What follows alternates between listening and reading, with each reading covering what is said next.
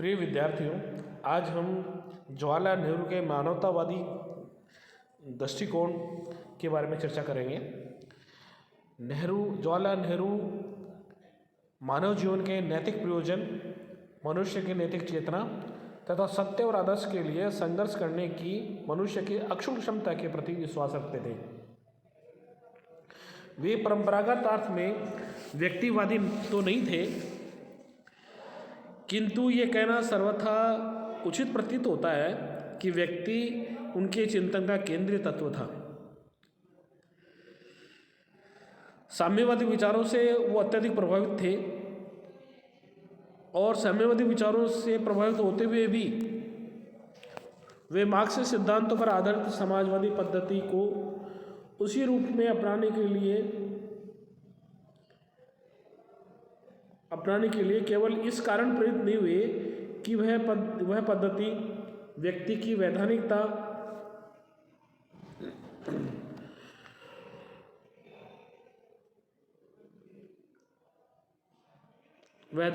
का निषेध करती थी और व्यक्ति की स्वतंत्र चेतना पर समुदाय के बाध्यकारी नियंत्रण को बलपूर्वक थोपती थी। प्रिय विद्यार्थियों, मनुष्य के प्रति नेहरू की निष्ठा उदारवादी वातावरण में हुए उनके प्रशिक्षण और महात्मा गांधी तथा रविन्द्रनाथ टैगोर जैसे व्यक्तियों के सम्मिलित प्रभाव का परिणाम थी। व्यक्ति के अधिकारों पर आधारित पश्चिमी उदारवाद ने उन्हें प्रभावित किया। पश्चिमी उदारवादी विचारों की पृष्ठभूमि में उन्होंने राज्य और मनुष्य पर नियंत्रण स्थापित करने वाली अन्य संस्थाओं द्वारा व्यक्ति के आत्मनियंत्रण के अधिकार,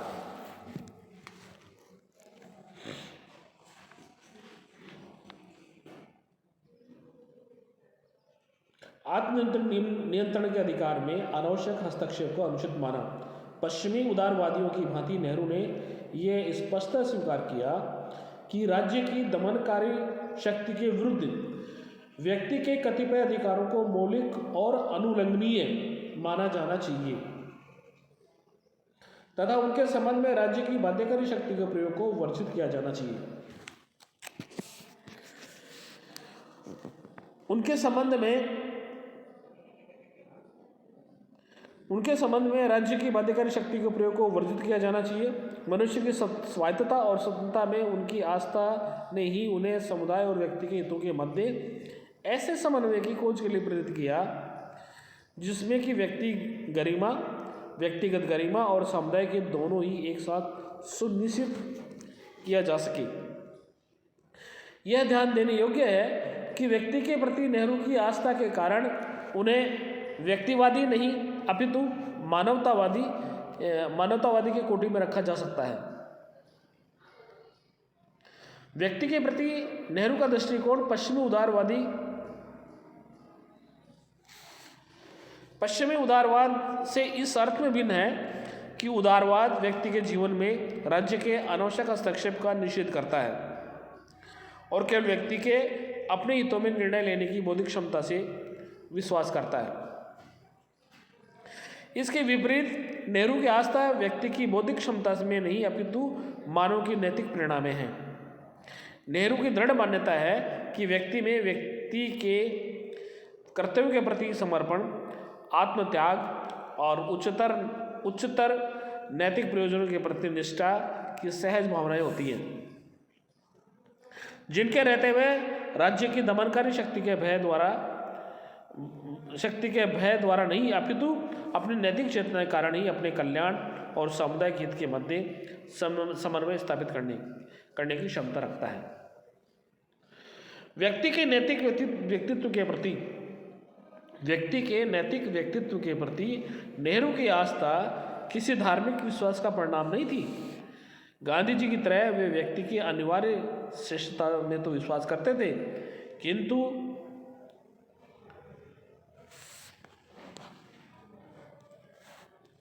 किंतु वे ये नहीं मानते थे कि व्यक्ति की ये नैतिक श्रेष्ठता इस कारण है कि प्रत्येक व्यक्ति में ईश्वर का अंश विद्यमान है।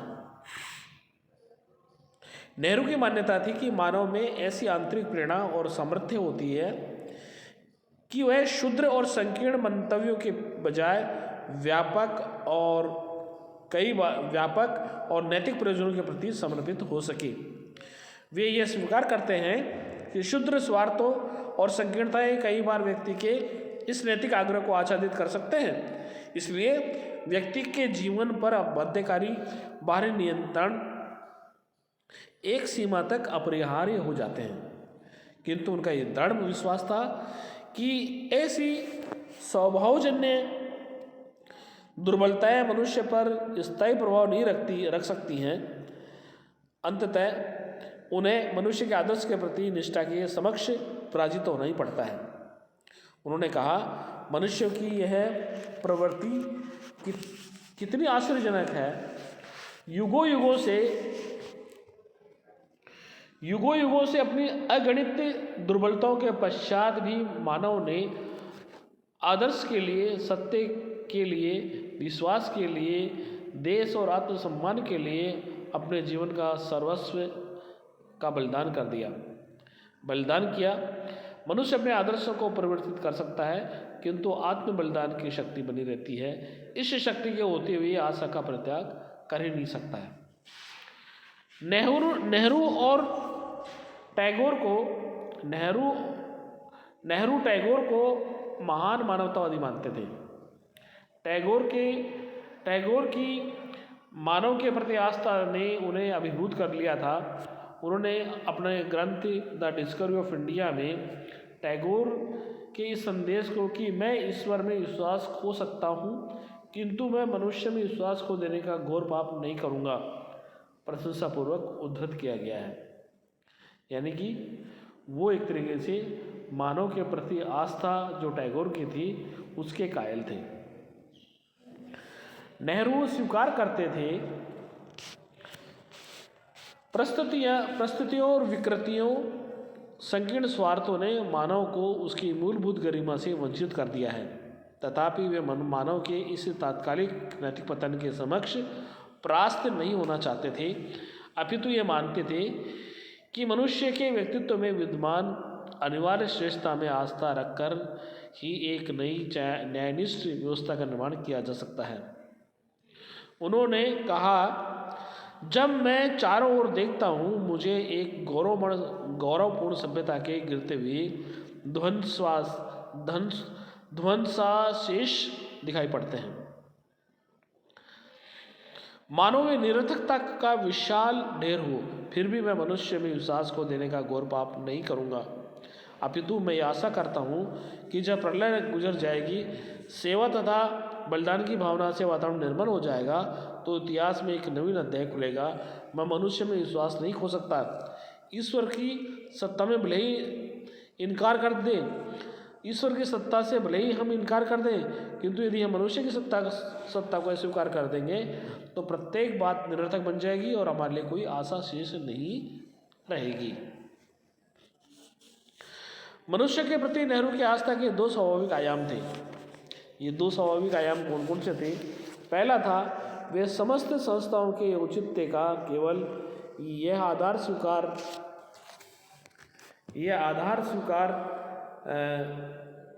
करते थे कि वे मानव के कल्याण के प्रति समर्पित हो। दूसरा, वे स्वीकार करते थे कि एक न्यायनिष्ठा सामाजिक व्यवस्था तथा एक शांतिपूर्ण अंतर्राष्ट्रीय व्यवस्था की स्थापना राज्य तथा अन्य दमनकारी संस्थाओं के बाध्यकारी नियंत्रण द्वारा नहीं, अपितु मानव में अंतर्निहित उदात्त श्रेष्ठताओं और समन्वयकारी प्रवृत्तियों में आस्था रखकर ही की जा सकती है। उनके विकारों की इस मानवतावादी पृष्ठभूमि के कारण ही उन्होंने समाजवाद के स्वाभाविक और आर्थिक न्याय के मंतव्यों को तो ग्रहण किया, किंतु इन पवित्र उद्देश्यों की प्राप्ति के लिए उन्हें साम्यवादी तरीकों की अपेक्षा गांधी की अहिंसावादी पद्धति ने अधिक आकर्षित किया, क्योंकि हिंसा का नियम दमनकारी शक्ति के सम्मुख व्यक्ति के विवश समर्पण पर आधारित है और इस प्रकार व्यक्ति की गरिमा का अनिवार्यतः निषेध करता है। इसके विपरीत अहिंसा का सिद्धांत व्यक्ति की गरिमा को अक्षुण्ण रखता है। इस प्रकार अहिंसक पद्धति में अंतर्निहित नैतिक और मानवीय चेतना को उद्वेलित करके क्रियाशील होती है। इस प्रकार वह व्यक्ति को विवश नहीं अपितु रूपांतरित करती है। इस कारण यह वह व्यक्तिगत गरिमा और न्यायनिष्ठ व्यवस्था की स्थापना के उद्देश्यों को एक साथ सुनिश्चित कर सकती है।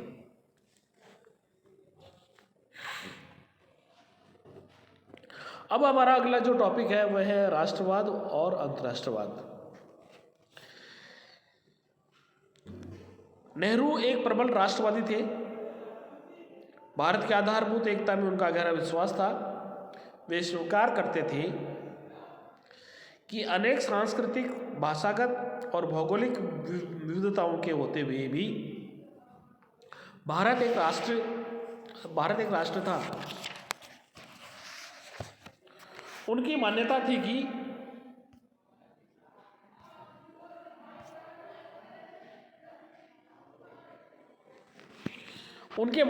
कि सांस्कृतिक बहुलता और विविधता के मध्य समन्वय की अतीत से चली आने वाली एक सतत परंपरा एक राष्ट्र के रूप में भारत की पहचान का विशिष्ट लक्षण है।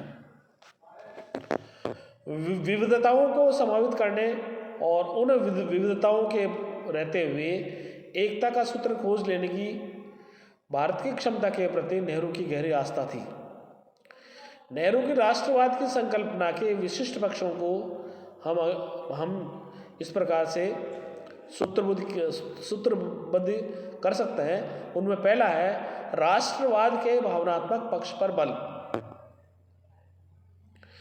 नेहरू ने राष्ट्रवाद के भावनात्मक पक्ष को महत्व के साथ में स्वीकार किया। उनके लिए अतीत की उपलब्धियों, सांस्कृतिक आस्थाओं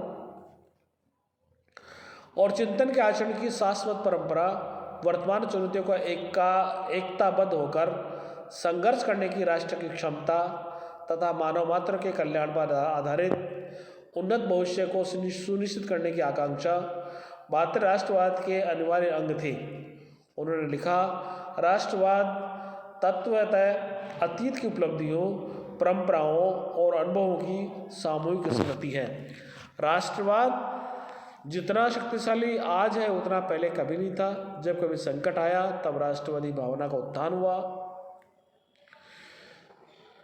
और लोगों ने अपनी परंपराओं से शक्ति और संबल प्राप्त करने का प्रयत्न किया। अतीत और राष्ट्र का पुनरान्वेषण वर्तमान युग की एक आश्चर्यजनक प्रगति है। दूसरा पॉइंट है अतीत, वर्तमान और भविष्य के मध्य समन्वय। नेहरू अतीत के गौरव को राष्ट्रता के एक तत्व के रूप में स्वीकार करते थे।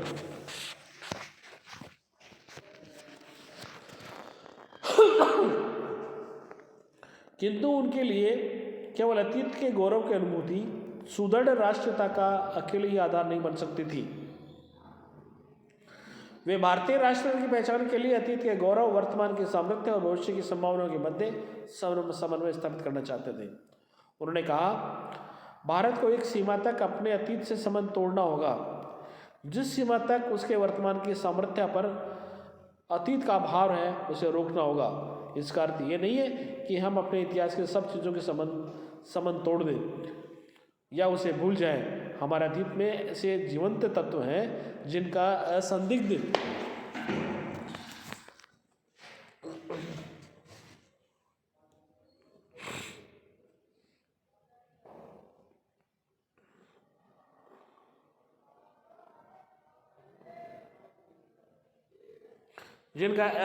महत्व है।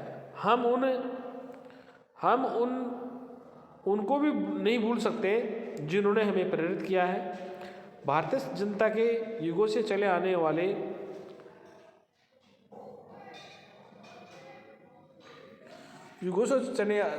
वाले स्वप्नों को, हमारे पूर्वजों के प्रेम उत्साह को, उनकी मानसिक उत्कृष्टता, जिज्ञासा की भावना को, उनके स्वतंत्रता के प्रति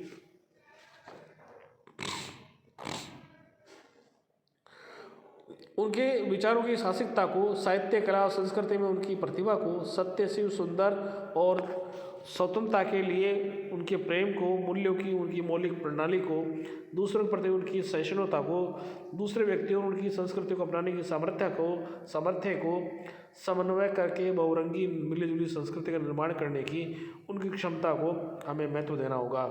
भारतीय चिंतन और जीवन की इस परंपरा को हम कभी नहीं भूलेंगे और इस परंपरा के प्रति हमें गर्व का भाव सदा बना रहेगा। यदि भारत इन सब को भूल जाएगा तो ऐसा भारत नहीं होगा जिस पर हमें हर्ष और शोम की अनुभूति होगी। नेहरू ने इस बात पर बल दिया कि सुदृढ़ भारतीय राष्ट्रवाद की संकल्पना में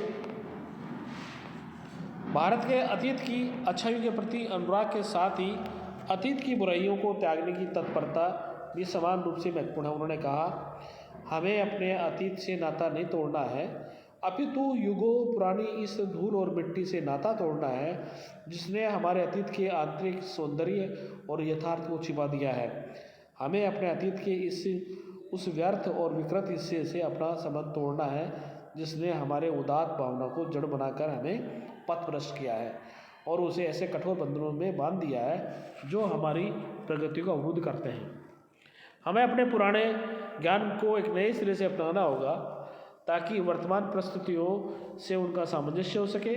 हमें विश्व के अन्य समुदायों के साथ विश्व के विकास की रोचक और साहसिक यात्रा में समान रूप से भागीदारी बन सके। हमें सत्य, सौंदर्य और स्वतंत्रता के प्रति हमारे आग्रह को पुनर्जीवित करना होगा। अगला है खुला दृष्टिकोण।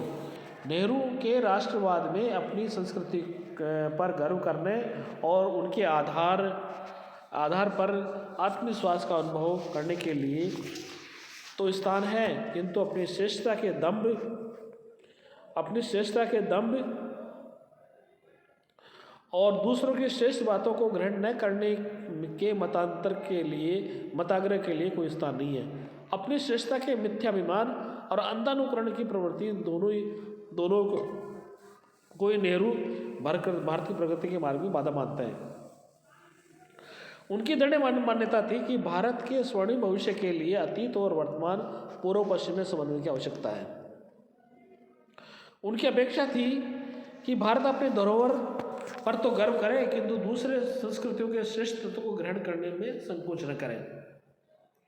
उनका मत था कि हीन भावनाओं और संकीर्णता से मुक्त होकर ही स्वतंत्र भारत निश्चित रूप से विकास के पथ पर आगे बढ़ता जाएगा। उन्होंने कहा, यह सत्य है कि स्वाभिमानी भारतीय जाति के गौरव पर बार बार आधारित किए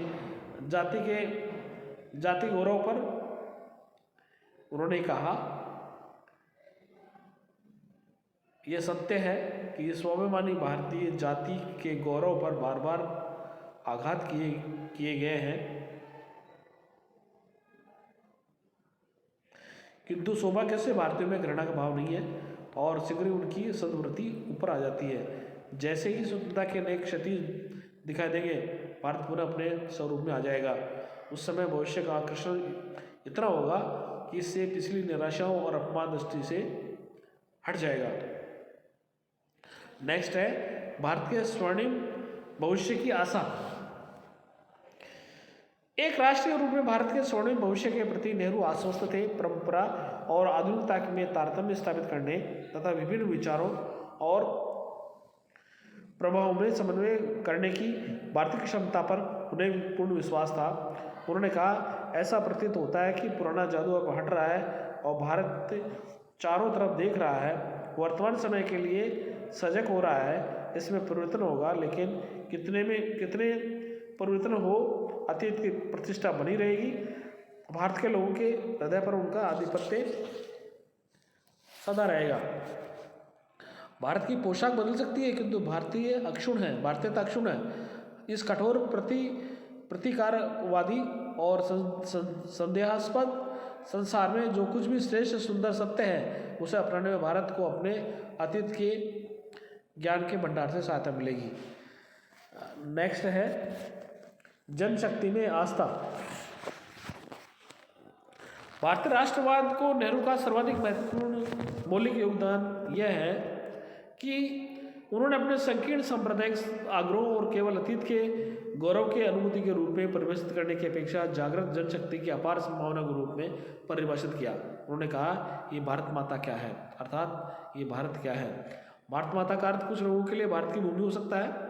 भारत की नदी, पहाड़, जंगल, खेत सभी हमें प्रिय हैं, किंतु वास्तव में भारत के प्रति जिस तत्व की पहचान की जानी चाहिए वह भारत के लोग हैं। भारत माता सदा दरअसल 10 करोड़ लोग हैं और भारत माता की जय से तात्पर्य है उन लोगों की जय। मैं उन लोगों से कहता हूँ कि तुम भारत माता के अंश हो और एक तरह से तुम ही भारत की माता हो। जनता की क्षमताओं और आस्था तथा जनता के कल्याण के प्रति समर्पण नेहरू के राष्ट्रवाद के अनिवार्य पक्ष हैं। भारतीय स्वतंत्रता के महत्व को भी नेहरू ने केवल राष्ट्रीय परंपरा पर प्रतिस्थापित कराने वाली एक घटना के रूप में नहीं देखा, अपितु एक कल्याणकारी, जन कल्याणकारी नवी व्यवस्था की स्थापना की संभावना और उसकी प्राप्ति के लिए भारतीय जनता के एकताबद्ध संकल्प के रूप में समझा जाता था।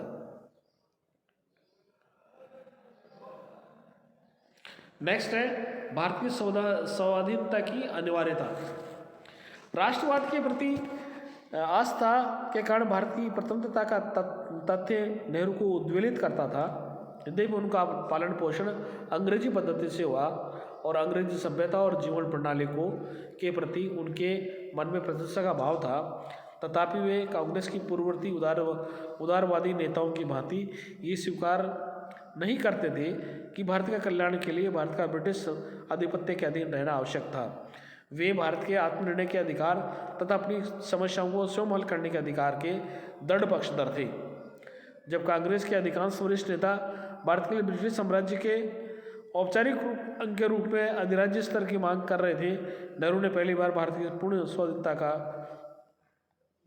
कांग्रेस का लक्ष्य घोषित करवाने में निर्णायक पहल की। उन्होंने कहा किसी भी प्राधीन देश के लिए राष्ट्रीय स्वतंत्रता तथा प्रधान आकांक्षा होनी चाहिए। भारत के लिए जिसमें कि अस्मिता और अपनी पृथक पहचान के प्रति तीव्र भावना विद्यमान रही है और जिसके पास अतीत की धाती है, ये बात और भी सही है। व्यापक दृष्टिकोण। नेहरू का राष्ट्रवाद संकीर्ण नहीं था। वे भारतीय राष्ट्रवाद को मानव मात्र की स्वतंत्रता और कल्याण के संदर्भ में महत्वपूर्ण मानते थे। साथ ही एक ऐसे राष्ट्र निर्माण के संकल्प को राष्ट्रवाद का अनिवार्य हिस्सा मानते थे जिसमें अन्याय, उत्पीड़न, अभावों का निराकरण कर दिया गया हो। इस प्रकार नेहरू का राष्ट्रवाद कहती थी इस प्रकार नेहरू के राष्ट्रवाद में अतीत के प्रेरणाएं, उदार और व्यापक दृष्टिकोण तथा भारत के उज्जवल भविष्य निर्माण की आकांक्षा का विलक्षण समन्वय था। धन्यवाद।